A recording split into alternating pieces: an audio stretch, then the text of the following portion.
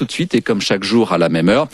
L'histoire d'entreprise de Pierre Zapalski. Les entreprises du jour, Pierre, ne sont pas vraiment comme les autres. Des entreprises spéciales, les TPE. Entendez, les très petites entreprises. Ces artisans et ces commerçants qui travaillent seuls ou à deux, avec en général l'appui du conjoint. 8 de ces entreprises viennent d'être mises à l'honneur par le réseau expert de la petite entreprise, la Fédération des centres de gestion agréés. Aussi, j'étalerai ma chronique sur 2 jours, parce qu'il me faut resituer les centres agréés. Rassurez-vous, je ne le ferai pas région par région. Ensuite, 8 entreprises, cela fait beaucoup en 3 minutes. D'abord, un mot du réseau. Une structure associative, loi 1901, qui regroupe 114 centres de gestion agréés.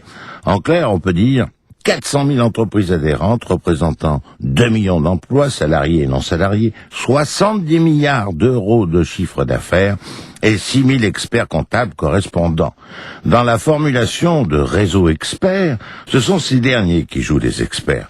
Un réseau d'information et d'assistance aux TPE, une force de proposition et d'appui juridique et économique, avec pour les entreprises adhérentes des avantages, l'abattement sur le bénéfice imposable pour celles imposé au régime du bénéfice réel, normal ou simplifié, la déduction intégrale du salaire du conjoint quand il s'agit d'un couple marié sous le régime de la communauté et parfois des amnisties fiscales.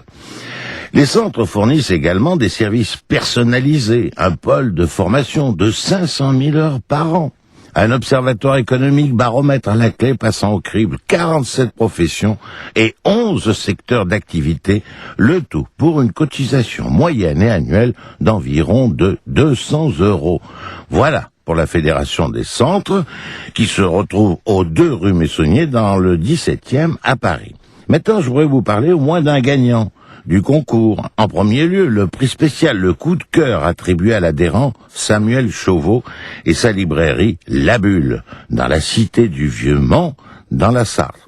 L'entreprise a été créée en 1983 et elle s'est développée grâce aux initiatives et l'imagination de son animateur très impliqué dans la bande dessinée, d'où l'enseigne La Bulle.